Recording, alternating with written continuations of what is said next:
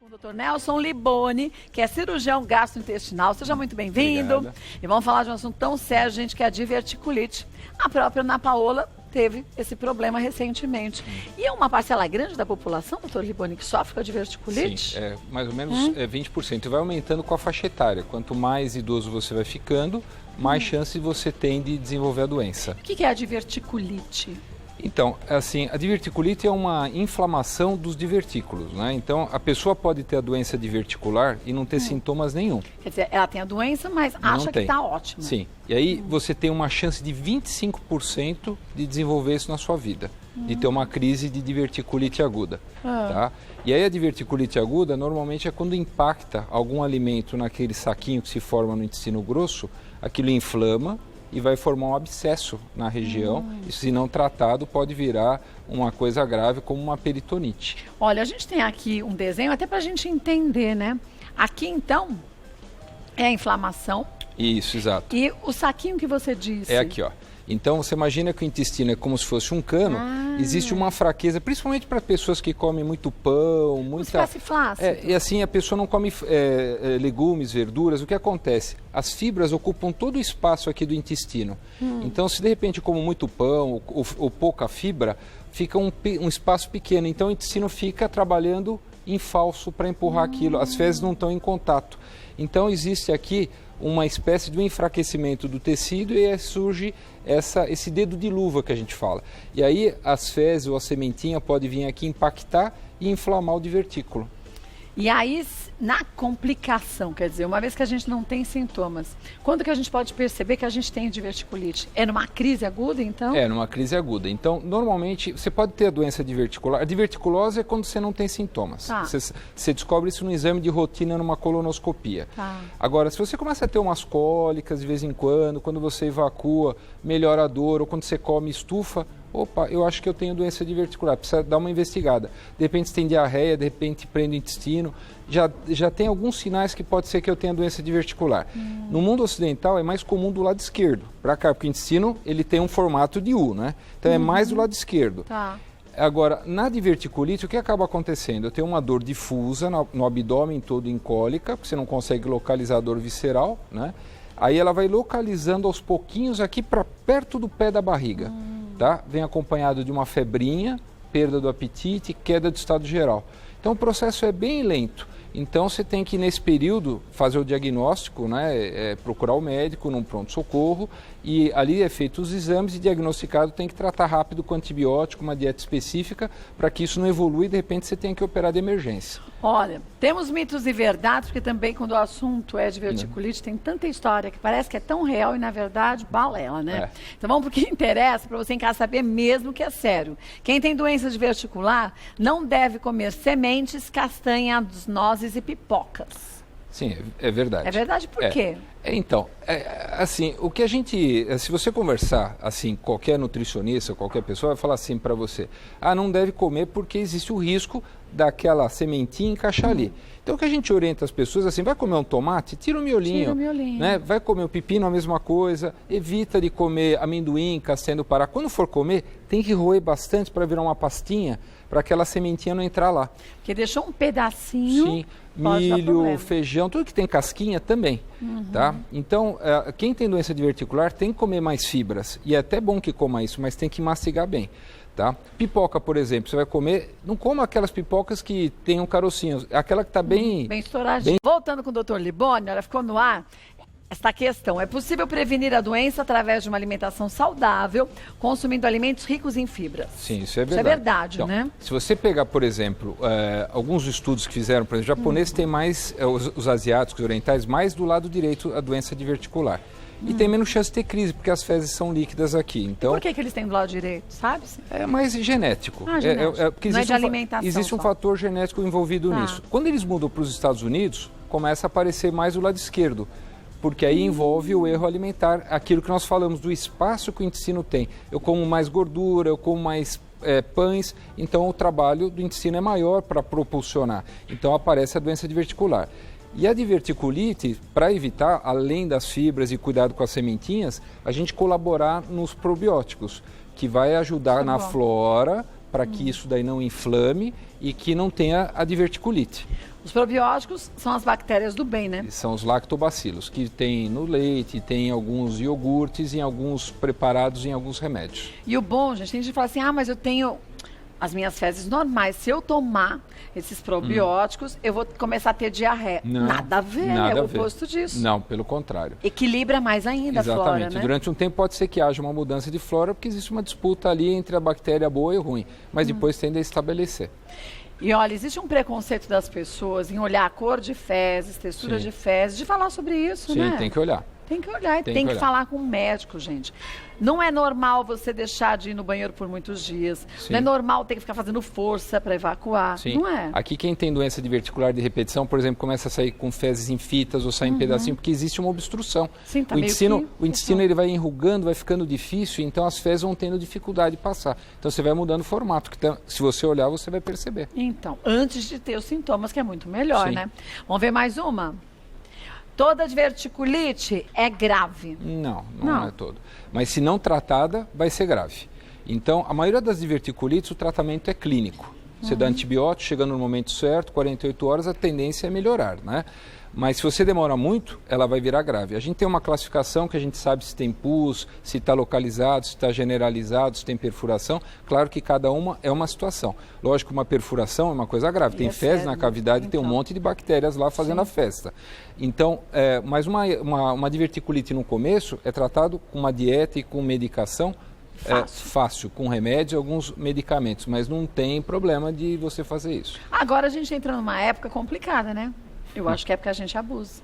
A gente pode seguir a dieta certinho. Chega final de ano e fala assim, eu me permito. E aí você passa dezembro, janeiro, fevereiro, até passar o carnaval, comendo tudo errado. Se a pessoa tem uma certa tendência, pode desenvolver diverticulite, né? Se a pessoa já sabe que tem isso, tem que tomar alguns cuidados, né? No Natal vai ter sementes, vai ter nozes, vai ter tudo isso, então precisa tomar cuidado. O segredo é não ir com a boca, assim, não comer com os olhos. Come devagar, mastiga. Um pouquinho, né? Come um pouquinho de cada coisa, tá ótimo, né? Aquela história do equilíbrio, que é o que a gente tem que ter na vida em tudo. Vamos ver a última? Mito ou verdade? Aí tem perguntas. Olha, caso a diverticulite não seja tratada, a inflamação local pode piorar e se tornar uma infecção generalizada. Isso pode acontecer, né? Então, se houver perfuração, é o maior medo das pessoas, é fazer uma colostomia. O que é isso? Aquele buraquinho onde as pessoas fazem fezes por aqui. Se você tiver numa situação séptica, numa situação muito grave, você tem que fazer essa colostomia, que é o desvio de trânsito, e fazer a cirurgia para uma reconstrução no segundo tempo, tá? Então, por isso que é grave, por isso que a gente tem que tratar rápido para não acontecer isso. Agora, muitas vezes a gente empurra literalmente com a barriga as coisas. Fala assim, eu tô com a doença, tomei o medicamento, então já tá bom.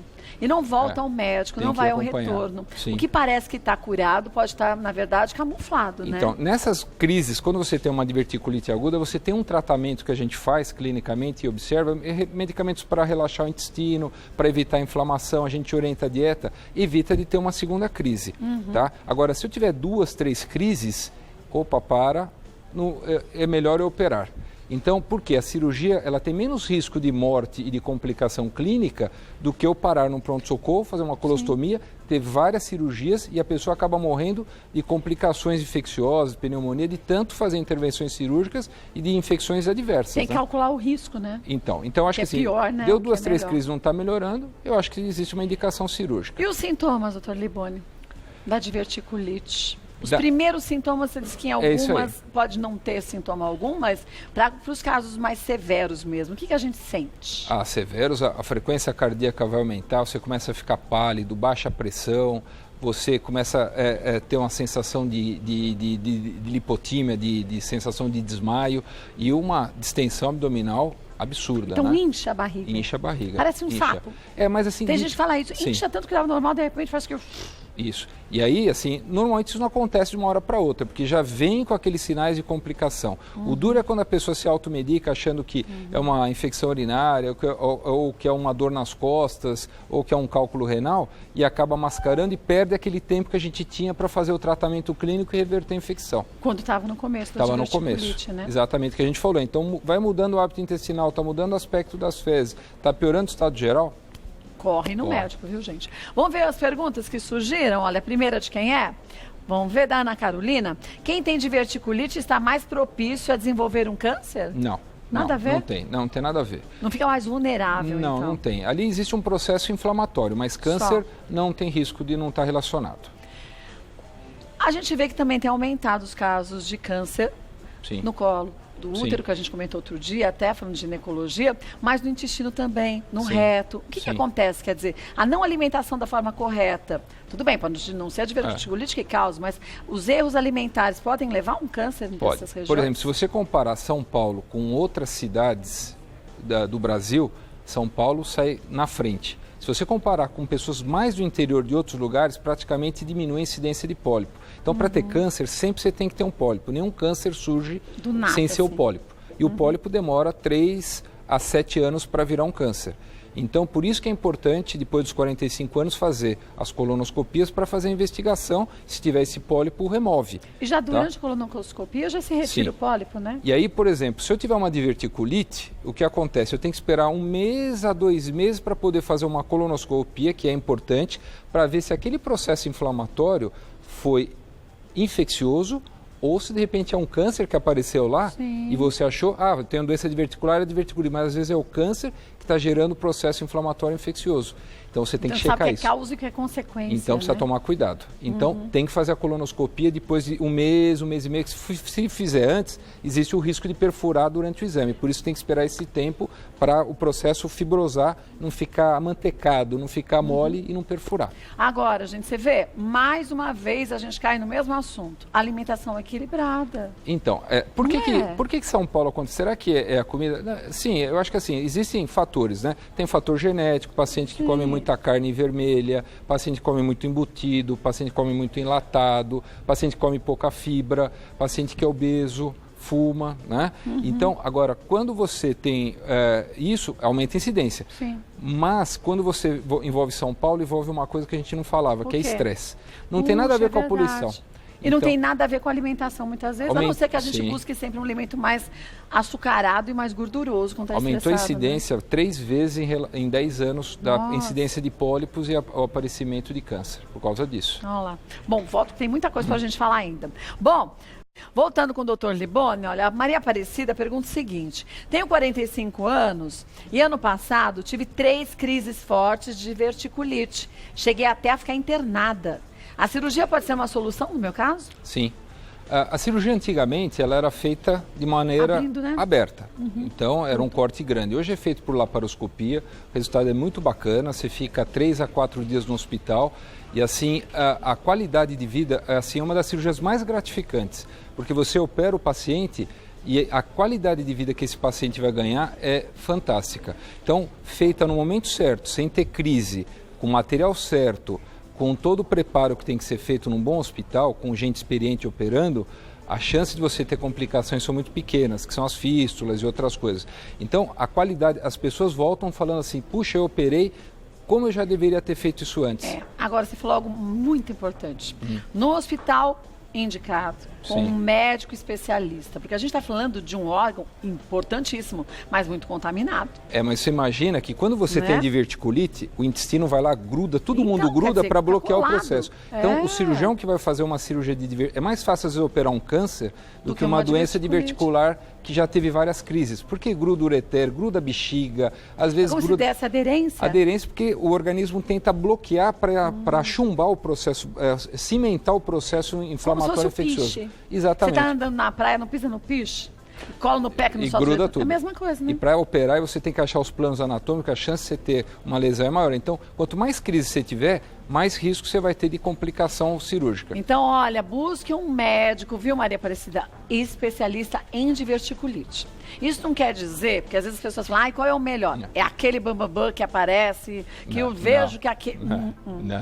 Especialista é um coloproctologista, um bom laparoscopista, uma pessoa que já tem vários casos operados, eu acho que um cirurgião do aparelho digestivo resolve bem isso. O que é difícil de você conseguir, se de repente você vai para um caso extremo, um caso agudo, e você chega no pronto-socorro e tem que operar de qualquer jeito. Sim. Não é? Aí Sim. A situação é muito complicada. Ganhou a colostomia e depois vai ter que reconstruir, e nem sempre é por laparoscopia, fica um corte feio na barriga. Para quê? Não precisa. Então, Maria Aparecida, vai atrás de resolver isso de uma vez, viu? Vamos ver mais uma?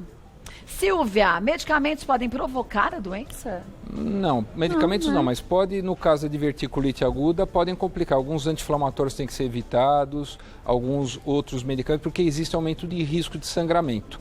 Tá? Aspirina, por exemplo, e outras coisas. Senão você pode ter sangramentos e aí a gente contraindica numa fase aguda. Tá? Bom, vamos que tem mais muitas perguntas. Quero te perguntar um negocinho. Você falou da genética, que a hereditariedade também conta. Sim. Quando a gente vê vários casos na família com diverticulite, a gente tem que redobrar a atenção? Volta aí, você explica direitinho pra gente, porque não dá pra gente... Voltando com o Dr. Liboni, perguntei sobre a hereditariedade com a diverticulite. Quanto mais casos na família, mais chances eu tenho de ter a doença? Sim, tem o fator genético, os alimentos que desencadearam isso, é a dieta parecida, pessoas... Então, a recomendação é, se você tem essa doença diverticular, procura fazer uma alimentação correta, faça exercício, usa probiótico, beba bastante líquido, evite de usar laxantes para não atrapalhar no funcionamento intestinal. Se tiver obstipação, procure o médico, ele vai dar orientações. A quantidade ideal de fibra seria de 20 a 30 gramas por dia. A gente às vezes não consegue na nossa dieta normal. É pouco, né? Não. Mas assim, se você come uma fruta de manhã no almoço, sim, salada, juntando dá tudo para você juntar durante o dia. Né? E se tiver dificuldade, acrescentar alguns produtos que existem no mercado, verdade. que tem fibras insolúveis, né? Que elas vão ajudar nessa formação e aí vai evitar de ter diverticulite ou aumentar a quantidade de divertículos no intestino. E lembrar, gente, como é importante a gente começar com as crianças esses bons hábitos, né? Não, as crianças estão tudo erradas. As crianças comem só porcaria, tudo, e estão comendo muito pouca salada, muito pouca fibra, frutas. A gente deveria voltar a comer isso daí. E imagine, se a gente está falando de adultos com diverticulite e que começa muitas vezes aos 40, 50 anos, você diz, essas crianças quando crescerem, se tornarem adultos, vão começar a ter esses problemas com quantos anos? Com 20? Então, não é? Quer dizer, quanto que você vai antecipar esses casos e aumentá-los, né? Exatamente. E agora não adianta o pai falar assim, faça isso e ele não faz. Não, porque as crianças copiam o que a gente faz. E não o que a gente fala. Exatamente. É básico. Vamos ver mais uma dúvida que surgiu da Tereza. A diverticulite necessariamente provoca dor ou ela pode ser silenciosa? Como descobrimos que temos a doença? Quais exames devem ser feitos?